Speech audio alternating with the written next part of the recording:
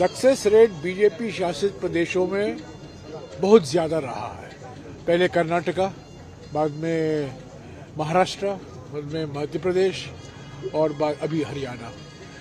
Public meeting देखा जाए, कर्नाटका में बेल्लारी में हुआ, महाराष्ट्र में शेवगांव में हुआ, मध्य प्रदेश में उज्जैन में हुआ और यहाँ पानीपत में हुआ। पब्लिक मीटिंग के आधार पर मैं कह सकता हूँ विश्वास के साथ कि बीजेपी शासित प्रदेशों में भारत जोड़ो यात्रा को बहुत उत्साहजनक और बहुत उम्दा स्वागत मिला है जन समाज के हर वर्ग से।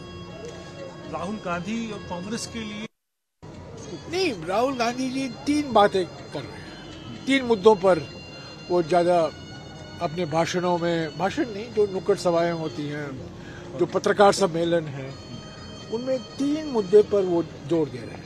वो कहते हैं कि हमारे देश में आर्थिक विषमताएं बढ़ रही हैं, हमारे देश में सामाजिक ध्रुवीकरण को प्रोत्साहन दिया जा रहा है और हमारे देश में आज राजनीतिक तानाशाही हकीकत बन गई है।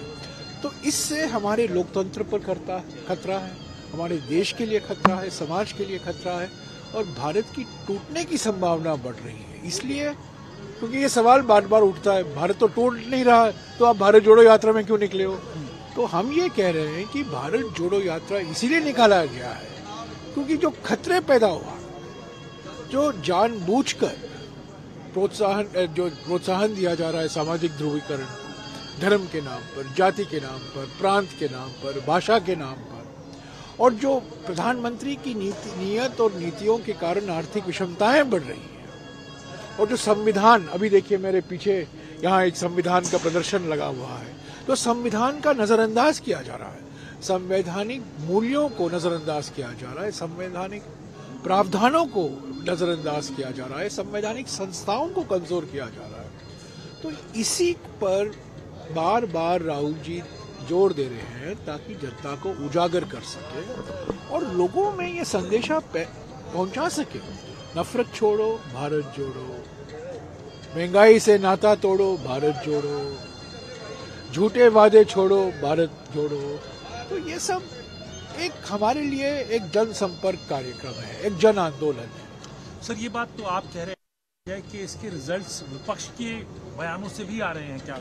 शरद पवार साहब कह रहे हैं, वो बयान दे रहे हैं कि एक राहुल गांधी ने एक बड़ा बीड़ा उठाया है भारत जोड़ो यात्रा। भारत जोड़ो यात्रा में एक ही बात से, कर्मण्येवाधिकार, हम कुरुक्षेत्र में हैं और कुरुक्षेत्र में ये ज्ञान भगवान कृष्ण ने दिया था, कर्मण्येवाधिकारस्ते मा फलेषु कदाचन। यही भारत जोड़ो यात्रा की मानसिकता है। काम करो, भारत जोड़ो यात्रा में लगे रहो, चलते रहो। नतीजा क्या होगा, चुनाव पर क्या असर होगा, विपक्ष की एकता पर क्या असर होगा, वो वक्त ही बता पाएगा। लेकिन इन दोनों नेताओं के बयानों को कैसे देखते हैं? सकारात्मक है। कई आलोचक ऐसे तो देखा जाए कि राम मंदिर के महंत ने भी स्वागत किया है, वीएचपी के कई नेताओं ने भी स्वागत किया है।